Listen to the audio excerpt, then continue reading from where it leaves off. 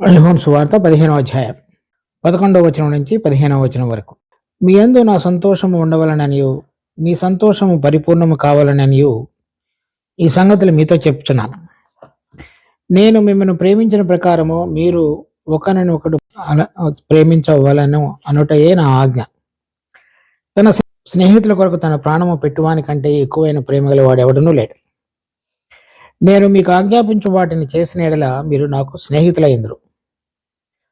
దాసుడు తన యజమానుడు చేయుదానని ఎరుగుడు గనక ఇక మిమ్మల్ని దాసులను పిలవక స్నేహితులని పిలుచుచున్నాను. ఎందుకనగా నేను నా తండ్రి వలన వినిన సంగతులన్నిటినీ మీకు తెలియచేసి తిని. ఈ 14వ అధ్యాయంలో చెప్పబడినటువంటి నేను నా తండ్రి యందును మీరు నా యందును మీ యందును ఉన్నామని, తర్వాత అది ఒకడు నన్ను ప్రేమించిన ఎడల తండ్రి వానిని ప్రేమించును, మేము వాని వద్దకు నివాసం చేతుము. తర్వాత నన్ను ప్రేమింపని వాడు నా మాటలు గైకొనడు. ఈ విషయాలన్నింటినీ విడమరిచి వారికి అర్థమయ్యేలాగా తెలియజెప్పుతూ చెప్పబడినటువంటి ఉపమానం. మరి తండ్రి వ్యవసాయకుడు, మన ప్రభువు నిజమైన ద్రాక్షావల్లి.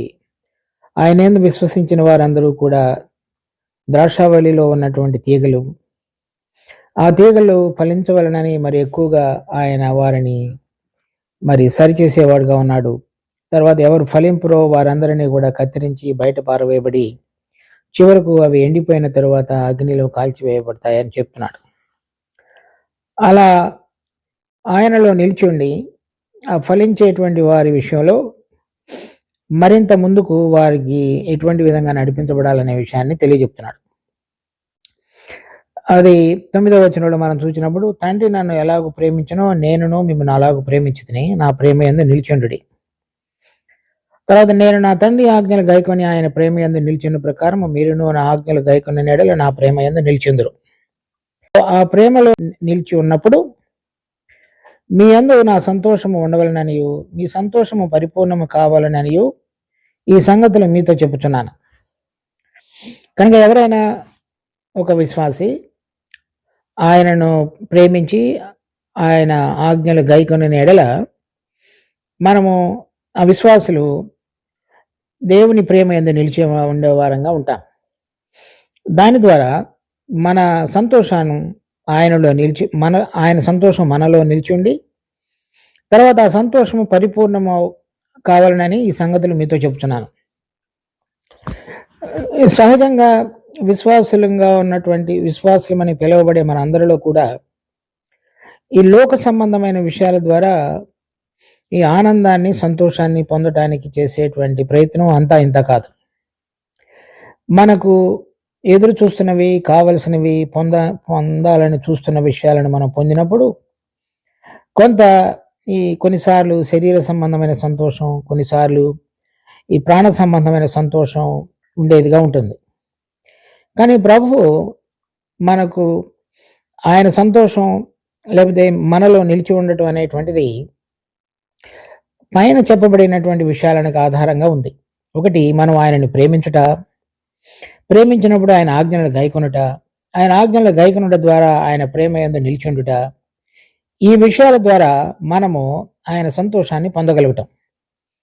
అంటే ఒక వ్యక్తి సృష్టించబడినటువంటి దేవుని ద్వారా సంబంధంలోనికి తీసుకుని రాబడి సృష్టికర్త యొక్క ఉద్దేశాలు వారి యొక్క జీవితంలో ఏదైతే ఉన్నాయో అవి తెలుసుకొని ఆజ్ఞలన్నిటినీ కూడా ప్రేమపూర్వకంగా జరిగించడం ద్వారా జరిగే విషయం సంతోషాన్ని ఇస్తుంది. అది తండ్రి యొక్క ఆజ్ఞలను ఆయన గైకొని ఆయన ప్రేమ యందు ఏ విధంగా ప్రభువు నిలిచున్నాడో మనం కూడా కుమారుని యొక్క ఆజ్ఞలు గైకొని మరి వారిని ప్రేమించినట్లయితే గైకొన నెడల వారి ప్రేమ యందు మనం నిలిచి ఉంటాం. అలా నిలిచి ఉన్నప్పుడు మనలో సంతోషం ఉంటుంది. ఆ సంతోషం పరలోకపు సంతోషం. తర్వాత తండ్రి కుమారులు మనలో నిలిచి ఉండడం ద్వారా వారు మనలో హృదయాలలో అనేకమైన సంగతులను తెలియజెప్పడం ద్వారా పొందేటువంటి సంతోషం. ఇక్కడ మనం ఈ సంతోషం అనేటువంటిది లోకము, తర్వాత మనము ఈ లోకంలో సాధించిన పొందిన ఘనమైన విజయాలను బట్టి పొందేటువంటిది కాదు. ఇది మనం తండ్రిని కుమారుని ఇద్దరిని ప్రేమించుట, ఆ ప్రేమకు ప్రతిరూపంగా వారి యొక్క ఆజ్ఞలను గైకొనుట, వారు మనలను ప్రేమించి మనలో నిలిచుండుట, దాని ద్వారా వారు ఏదైతే వెలుగు ఫలములు, ఆత్మ ఫలములు మనం ఫలించాలని కోరుతున్నారో ఆ ఫలములు ఫలించడం ద్వారా మనము క్రమంగా మనలో ఈ ఆత్మ సంబంధమైన సంతోషంలో ముందుకు సాగుట, అది కావాలని మన పక్షంగా ప్రభు మనతో మాట్లాడుతున్నాడు.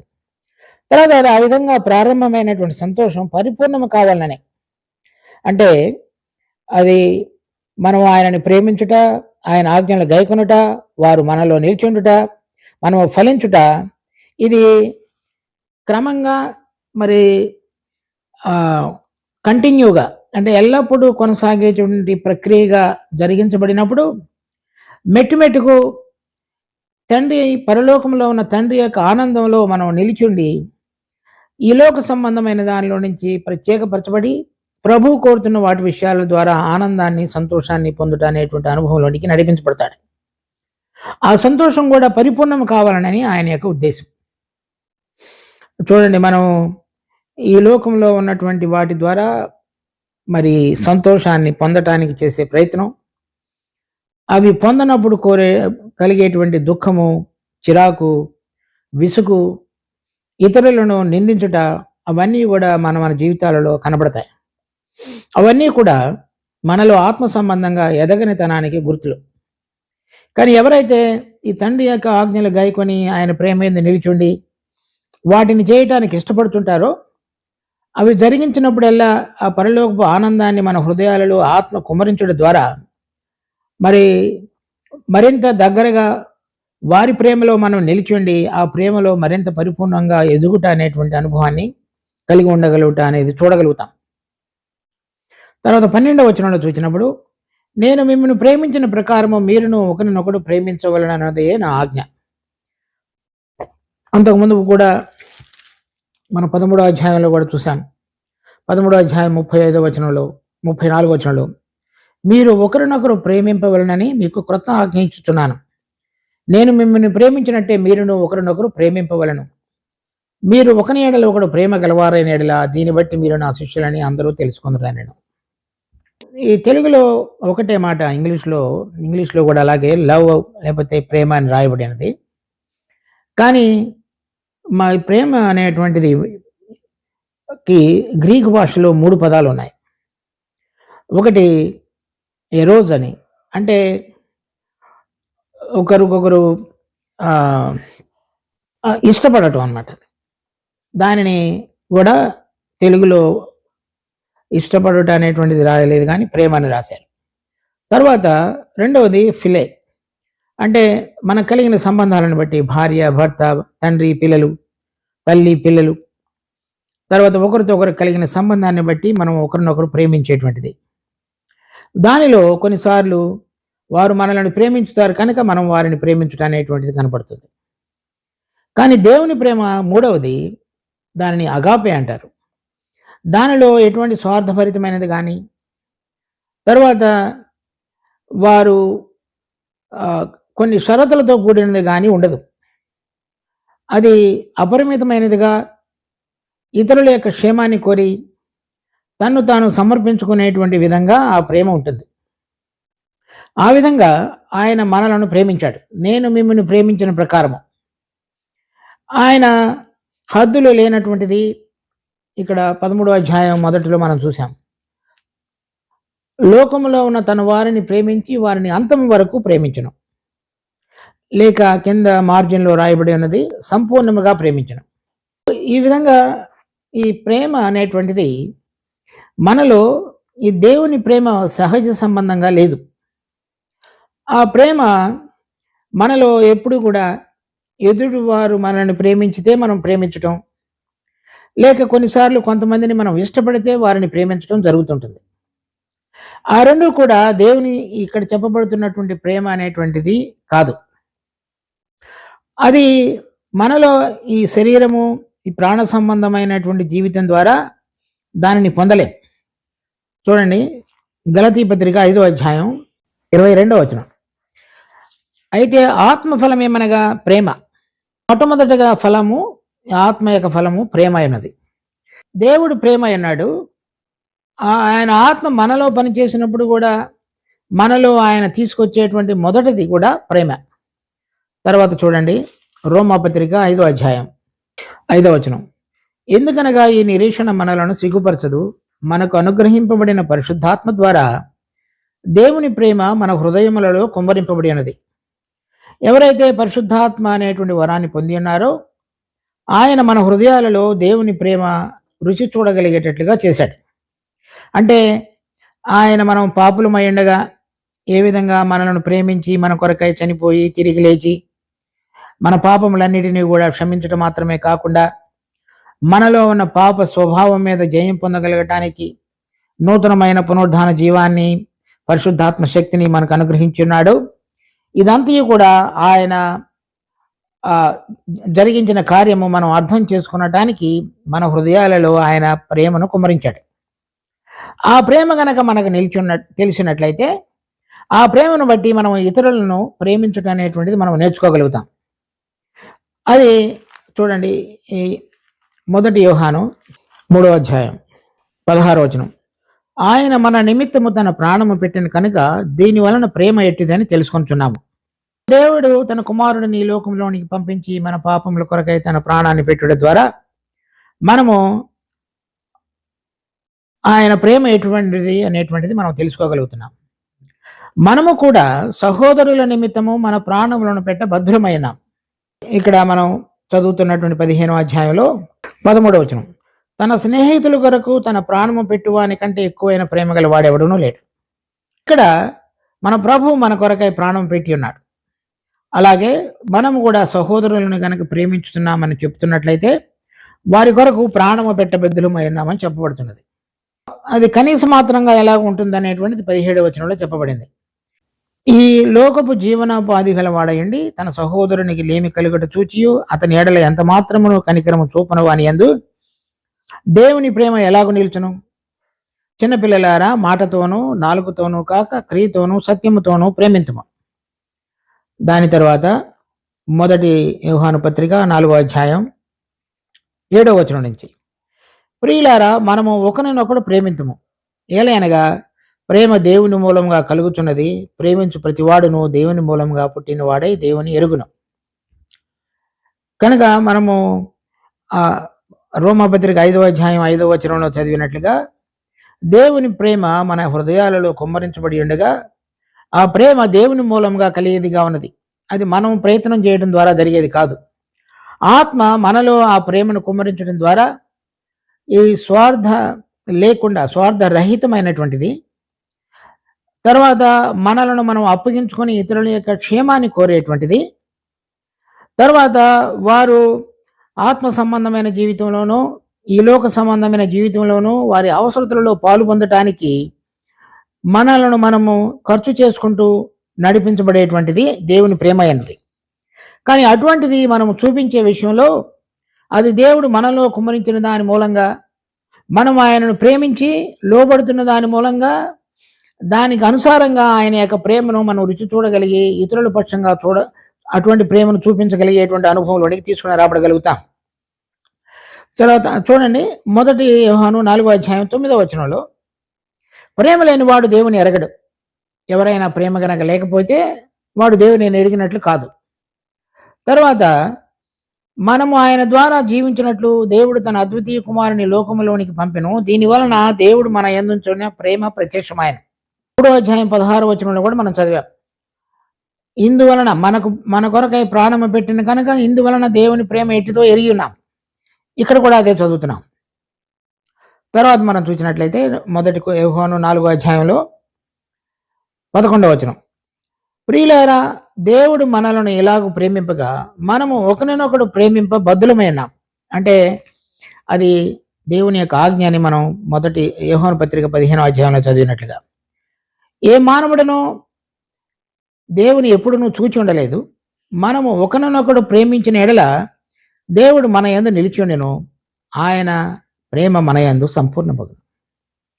సో దేవుని ప్రేమ ఏ విధంగా ఈ యోహాను సువార్త 13వ అధ్యాయం 1వ వచనంలో ఆయన సంపూర్ణముగా ప్రేమించును, ఆ విధంగా అటువంటి అనుభవంలోనికి రాగలగటం అనేటువంటిది మనలో దేవుని ప్రేమ కుమ్మరించబడి మనము ఆయన యందు నిలిచుండడం ద్వారా ఆ ప్రేమను మనము ఆయన ద్వారా జీవించుతూ ఆ ప్రేమ ఆయన గుణాన్ని అంటే ఆ జీవంలో ఉన్న స్వభావానికి సంబంధించిన ఒక గుణమైన ప్రేమను ఇతరుల పక్షంగా చూపించుతూ ఆ ప్రేమలో ఎదగటం అనేటువంటిది మనలను సంపూర్ణ స్థితిలోనికి తీసుకొని రాగలుగుతుంది. అది మనందరం కూడా ప్రతిరోజు ఆ ఆ స్పర్శ స్పృహలో మనం జీవించాలనేటువంటిది దేవుడు కోరుతున్నాడు. దాని యొక్క అనుభవంలోనికి మనం రాగలిగినట్లయితే ఏ విధంగా దేవుని యొక్క ప్రేమను రుచి చూస్తున్న కొలది మనము ఇతరులను ప్రేమించుట అనేటువంటిది నేర్చుకొనుచున్న కొలది దేవుడు మనలను మరింత వెలుగులోని తీసుకుని వచ్చి మన జీవితంలో అంతరంగంలో ఆత్మ సంబంధమైన జీవితంలో సంపూర్ణతలోనికి ఆయన మనల్ని నడిపించేవాడుగా ఉంటాడు. చూడండి యోహాను సువార్త 15వ అధ్యాయం 14వ వచనం. నేను మీకు ఆజ్ఞాపించు వాటన్నిటిని చేసిన యెడల మీరు నా స్నేహితులైందురు. దాసుడు తన యజమానుడు చేయదానని ఎరుగుడు గనక ఇక మిమ్మల్ని దాసులని పిలవక స్నేహితులని పిలుచుచున్నాను. ఇక్కడ దాసుడు యజమానుడు చేసేదానని ఎరుగడు గనక దాసుడు అనేటువంటి సంబంధంలో నుంచి అపోస్తులైన వారందరినీ కూడా స్నేహితుడు అనేటువంటి స్థితిలోనికి దర్జాలోనికి ప్రభు పిలుస్తున్నానని చెప్తున్నాడు. ఎందుకనగా నేను నా తండ్రి వలన వినిన సంగతులన్నిటినీ మీకు తెలియజేసి తిని. ఇప్పుడు మొదటి నుంచి కనుక చూడండి, తీగ వలె మనం ఆయనలో గనక నిలిచి ఉన్నట్లయితే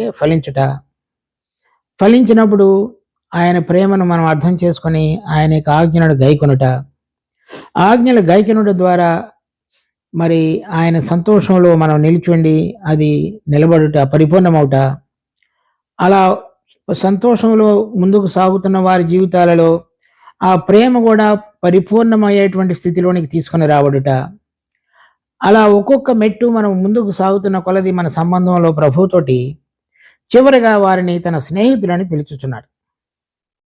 మొదట మనం విశ్వాసంగా ఉండి మెల్లమెల్లగా ఈ యొక్క క్రమం అంతటిని కూడా నేర్చుకున్నటువంటి వారందరిలో చివరికి ఆయన ఇచ్చుతున్నటువంటి పిలుపు స్నేహితుడు అని. ఇది మనం కొంతమందిలో ఈ విధంగా నెరవేర్చబడినటువంటి విషయాన్ని మనం చూడగలుగుతాం. ఉదాహరణకి అబ్రహాము జీవితంలో 3 సార్లు దేవుని వాక్యంలో అతను దేవుని స్నేహితుడని పిలువబడింది. 2వ దినవృత్తాంతాలు 20వ అధ్యాయం 7వ వచనంలో, యెషయా గ్రంథం 41వ అధ్యాయం 8వ వచనంలో, యాకోబు పత్రిక 2వ అధ్యాయం 23వ వచనంలో కూడా. తర్వాత ప్రభు మరి తండ్రి, కుమారుడు, పరిశుద్ధాత్మ దేవుడు దిగివచ్చి సొదొమ గొమొర్రాలను నాశనం చేయక మునుపు అబ్రహామును దర్శించి వారితోటి అక్కడ భోజనం చేసిన తర్వాత తిరిగి వెళ్ళబోయే ముందు అబ్రహాముతో బయట నిలబడి మాట్లాడాడు. ఆదికాండం 18వ అధ్యాయం 16వ వచనం నుంచి. అప్పుడు ఆ మనుషులు అక్కడ నుండి లేచి సొదొమ తట్టు చూచిరి. అబ్రహాము వారిని సాగనంపుటకు వారితో కూడా వెళ్ళెను. అప్పుడు యెహోవా, నేను చేయబో కార్యము అబ్రహామునకు దాచెదనా? అబ్రహాము నిశ్చయముగా బలము గల గొప్ప జనమగును. అతని మూలముగా భూమిలోని సమస్త జనములను ఆశీర్వదించబడును.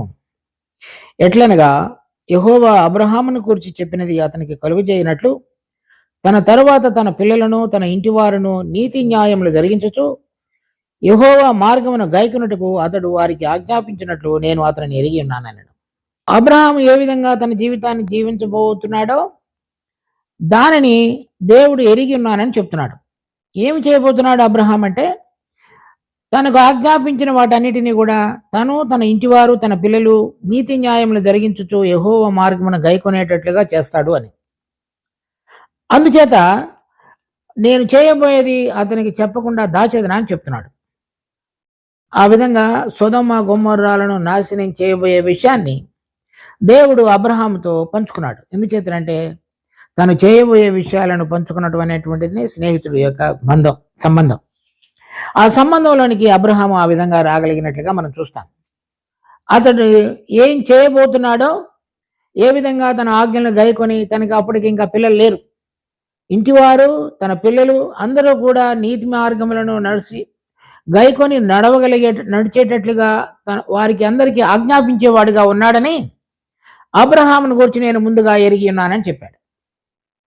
అలా మనలను గురించి అంటే మనం ఏ విధంగా ఆయనను ప్రేమిస్తామో, ఆజ్ఞలు గైకుంటామో, ఆయన ద్వారా మన సంతోషంలో నింపబడి మరి ఏ విధంగా ఇతరులను ప్రేమించే విషయంలో మన హృదయాలలో కుమ్మరించబడిన ప్రేమ ద్వారా నడిపించబడటానికి ఇష్టపడతామో, అటువంటిది చూసినప్పుడు ఆయన తన చిత్తాన్ని, జరగబోయే విషయాలను మనతో పంచుకునేవాడుగా ఉంటాడు.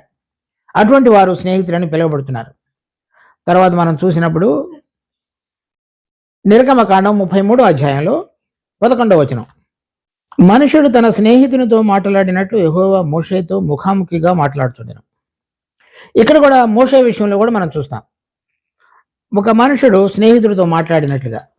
తర్వాత ఇంకొక చోట సంఖ్యాకాండం 12వ అధ్యాయంలో 6వ వచనం నుంచి, సంఖ్యాకాండం 12వ అధ్యాయం 6వ వచనం, వారిద్దరూ రాగా ఆయన నా మాటలు వినుడి, మీలో ప్రవక్త ఉండినెడల యెహోవానకు నేను దర్శనమిచ్చి అతడు నన్ను తెలుసుకున్నట్లు కలలో అతనితో మాట్లాడుదును. నా సేవకుడైన మోషే అటివాడు కాడు, అతడు నా ఇల్లంతటిలో నమ్మకమైన వాడు. నేను గూఢభావములతో కాదు, దర్శనమిచ్చి ముఖాముఖిగా అతనితో మాట్లాడుదును. అతడు యెహోవా స్వరూపమును నిదానించి చూచును. కాబట్టి నా సేవకుడైన మోషేకి విరోధముగా మాట్లాడుటకు మీరు ఎలా భయపడలేదు. నేను ఆ విధంగా మోషే కూడా అటువంటి ఆధిక్యతలోనికి తీసుకొని రాబడిన వాడిగా మనం గమనించుతున్నాం. ఎందుచేతనంటే ఏదైతే దేవుడు అతనికి అప్పచెప్పాడో ఆ ఇల్లు అంతటిలో కూడా అతడు నమ్మకమైనటువంటి పరిచారకుడిగా ఉన్నాడు. దేవుడు తనకు చెప్పినటువంటి ఆజ్ఞలన్నిటిని కూడా గైకొనిన వాడుగా ఉన్నాడు. ఇది విశ్వాసమైన మనందరికీ కూడా మరి అటువంటి భాగ్యంలోనికి రాగలగటానికి దేవుడు అందరినీ కూడా పిలుస్తున్నాడు. కానీ ఎవరైతే ఆయనలో నిలిచుండి మరి వారి యొక్క జీవము ద్వారా ఆత్మ యొక్క ప్రభావం చేత నడిపించబడుతూ ఆజ్ఞలు గైకొనుటూ ప్రేమలో ముందుకు సాగుతూ తర్వాత ఆయన యొక్క సంతోషంలో నిలబడి మరి ఇతరుల పక్షంగాను దేవుని పక్షంగాను ప్రేమతో నింపబడిన వారిలో దేవుడు తను జరిగించబోయేటువంటి విషయాలను మనతో పంచుకునేవాడుగా ఉన్నాడు. కనుక మనం చాలాసార్లు చాలామంది విశ్వాసులు దేవుని చిత్తం తెలుసుకొనట, లేకపోతే దేవునితో ఇది చేయమంటున్నాడు, దేవుడు నాళ్ళతో ఇలా మాట్లాడాడు అని చెబుతూ ఉంటారు. కానీ అది ఇటువంటి విధమైనటువంటి విధంగా మనం ఈ అధ్యాయంలో చూచినట్లుగా కనుక జీవించితే దేవుని చిత్తం, దేవుడు మనతో ఏ విధంగా మాట్లాడుతాడు అనే అనుభవంలోనికి రాబడుతున్నాం అనేటువంటిది మనం అర్థం చేసుకోగలుగుతాం. అలా అయినప్పుడు 7వ వచనంలో మనం చదివినట్లుగా నా యందు మీరును మీ యందు నా మాటలను నిలిచి ఉండి నెడల మీకేది ఇష్టమడుగుడి అది మీకు అనుగ్రహింపబడును. అది ఆయన మనతోటి ఆయన ఏం చేయబోతున్నాడు తెలియజెప్పడం మాత్రమే కాకుండా ఆ తెలియజెప్పబడినవి మనలో జరిగించాలని మనం కోరినప్పుడు వాటిని కూడా ఆయన చేసేవాడుగా ఉంటాడు. విశ్వాసులుగా ఉండి శిష్యులుగా ఉన్న వీరందరూ ఏమి అడిగి ఉంటే అవకాశం ఉంది? అనేక మంది రక్షణ పొందాలని, రక్షణ పొందిన విశ్వాసులు సరైన విధంగా దేవుని యొక్క ఆత్మ చేత నడిపించబడాలని, ఆయన ప్రభావం చేత దేవుని యొక్క ఉద్దేశము, రాజ్యము ఇక్కడ స్థాపించబడాలని, ప్రభు వారి అంతరంగంలో ప్రభువుగా ప్రతిష్ఠించబడి ఆయనకి ఇష్టకరమైన రీతిలో రోజు జీవించాలనేటువంటి విషయాలను వారు అడుగుతారు. అలాంటిది జీవితం కలిగినటువంటి వారి బిడ్డల పక్షంగా ఆయన తను చేయబోయే సంగతులను కూడా మనకి తెలియజెప్పేవాడుగా ఉంటాడు. కనుక మనము దేవుని చిత్తాన్ని, ఆయన ఉద్దేశాలను తెలుసుకొనటానికి మనము ఆయనను ప్రేమించుట, ఆయన యొక్క ఆజ్ఞలు గైకొనుట, ఆయనల సంతోషంలో నిలిచబడి ఉండుట, తర్వాత ఆయన మనలను ప్రేమించే రీతిలో ఇతరులను ప్రేమించి ఆ ప్రేమ యొక్క సంపూర్ణత యొక్క అనుభవంలోనికి రాబడటానికి ముందుకు సాగుట, అటువంటి జీవితం కలిగి ఉండాలని దేవుడు మనందరికీ పిలుపునిస్తున్నాడు. దేవుడు ఈ వాక్యమును మన కొరకై ఆశీర్వదించును గాక. ప్రార్థించుకుందాం. మా జీవం కలిగిన తండ్రి, మీకు ఎంతో వందనాలు. ఇచ్చిన ఈ వాక్య భాగాన్ని బట్టి కూడా స్తుతి స్తోత్రాలు. దీన్ని మా కొరకై దీవించి ఆశీర్వదించండి. మరి ఎంతో గొప్ప ఉన్నతమైనటువంటి ఉద్దేశం ఆ రోజులలో మీ శిష్యులతో మాట్లాడుతూ తెలియజెప్పారు. అది మా అందరికీ సంబంధించిందిగా ఉంది. కనుక మేము ఎంతో స్వార్థభరితమైనది మేము మా ఇష్టాన్ని నెరవేర్చుకొనటానికి మీ దగ్గర మరి మీ చిత్తాన్ని తెలుసుకొనటానికి ఇష్టపడే వారంగా ఉన్నాం. కానీ అబ్రహాము, మోషే ఇతరుల వలె ఏ విధంగా మరి ప్రతి ఒక్క విశ్వాసి కూడా మీ మార్గంలోనికి రావాలని ఆశతోటి కనిపెట్టగలిగినటువంటి భారం, తర్వాత మీ యొక్క సంతోషంలో నిలిచుండి లోక సంబంధమైన సంతోషం నుంచి కాకుండా జీవించగలిగే జీవితం మాకు లేదు ప్రభువా. అయితే మీరు మాకు దాన్ని దయచేయమని వేడుకుంటున్నాం. దీని యొక్క లోతును, వివరణను మేము సరైన విధంగా గ్రహించగలిగేటువంటి కృపను కూడా మాకు దయచేయండి. మమ్మల్ని మీకు అప్పగించుకుంటూ రక్షకుడు ప్రభు అయిన యేసు నామమున అడుగుతున్నాం తండ్రి. ఆమేన్.